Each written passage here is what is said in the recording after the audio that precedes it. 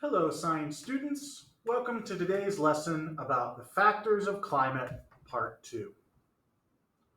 Yesterday, we made sure to clarify some key terms related to weather and climate, weather being the atmospheric conditions for a specific place at a specific time, and climate being the long-term average of those weather conditions and that occur in a larger region.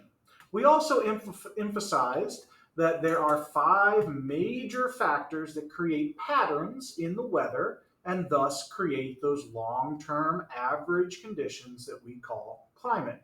The first one was the latitude of the location. The second one was the ocean currents. The third was wind and air masses. We have elevation and relief. A nice little acronym to help you remember that is LOWER. We learned that the latitude helps determine the temperature range of a climate. Those areas between 0 and 30 degrees are tropical and are much warmer. Areas between 30 and 60 degrees are considered temperate and have moderate temperatures. And then areas between 60 and 90 degrees have very cold areas that we call the polars. We also learned that ocean currents heat and cool air and provide moisture. The vast majority of the water vapor in any air mass came from the oceans. And then we also learned that those air currents, due to the convection cycles that occur, help to create patterns and winds that move moisture and those air masses around the different areas. Today, we're going to focus on the idea of elevation. Elevation is defined as a distance above sea level. Here in this image, you can see several different locations. Miami being about 6 feet above sea level. New Orleans is actually below sea level. Chicago is about 600 feet. Denver is a mile above the sea level, hence Mile High City.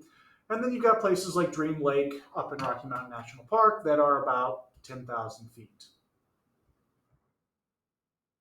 Elevation has effects on 2 main factors of climate, including the temperature and the air pressure.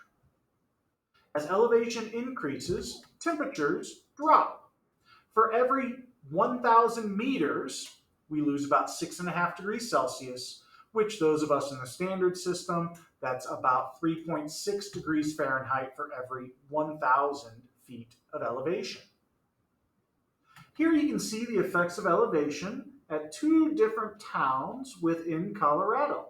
We have Burlington, Colorado, which is found way out east on the plains. Its elevation is about 1,200 meters. Then we've got Leadville, which is found way up in the mountains, and its elevation is about 3,100 meters. They're both found at the same latitude, and you can see that there is about a 12 or so degree difference between their highs and their lows, both in the winter and the summer. Elevation also causes that air pressure to decrease as you get further from sea. That's because there is just less dense air. Less dense air has lower pressure. And that's because most of the air molecules have settled down in lower elevations. The next big idea, besides elevation, results in the amount of precipitation. And this is due to an idea called the relief. Relief is the difference in elevation between 2 points or the areas surrounding it. For instance, is a location the highest place in the area? Is it the lowest? Is it on one side or the other of a taller area? Is it in amongst lots of areas with the same elevation, so out on a flat plateau or plain?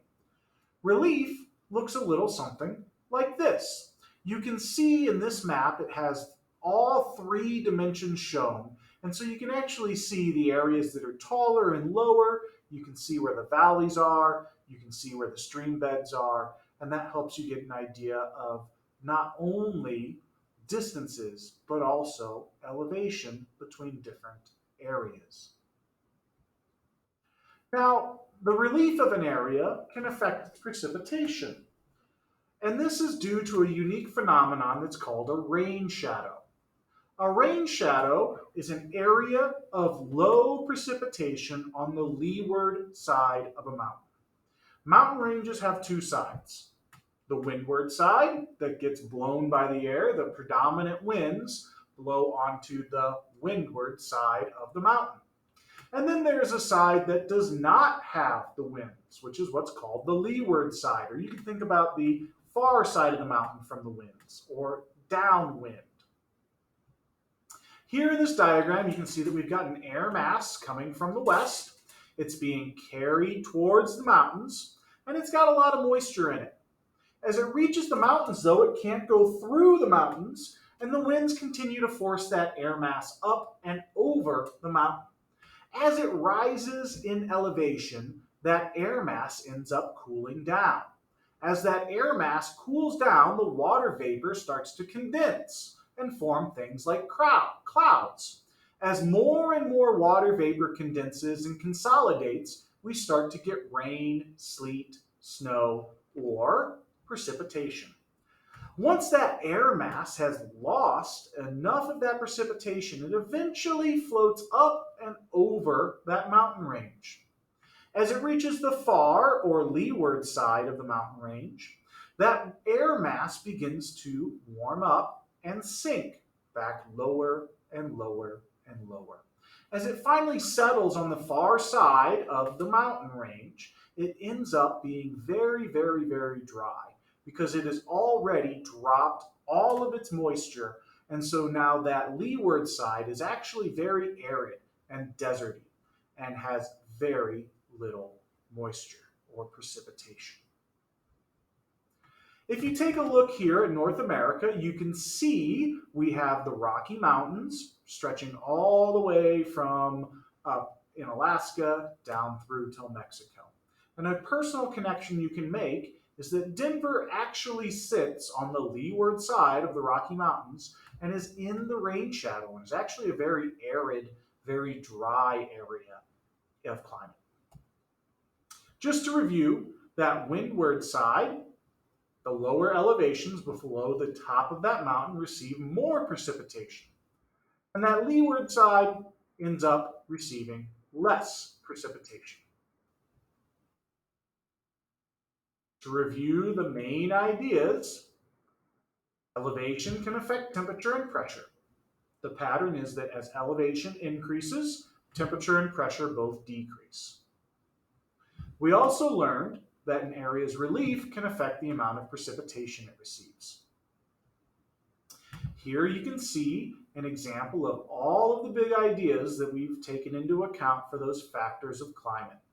Up in the upper left corner, you can see the different latitude zones. You can see below it the ocean currents, and below it you can see the winds. On the big picture, you can see both the elevation of a certain point or the overall relief of an area. All of these factors are important to remember as we consider the climate of different areas. Thank you for your time and have a wonderful day.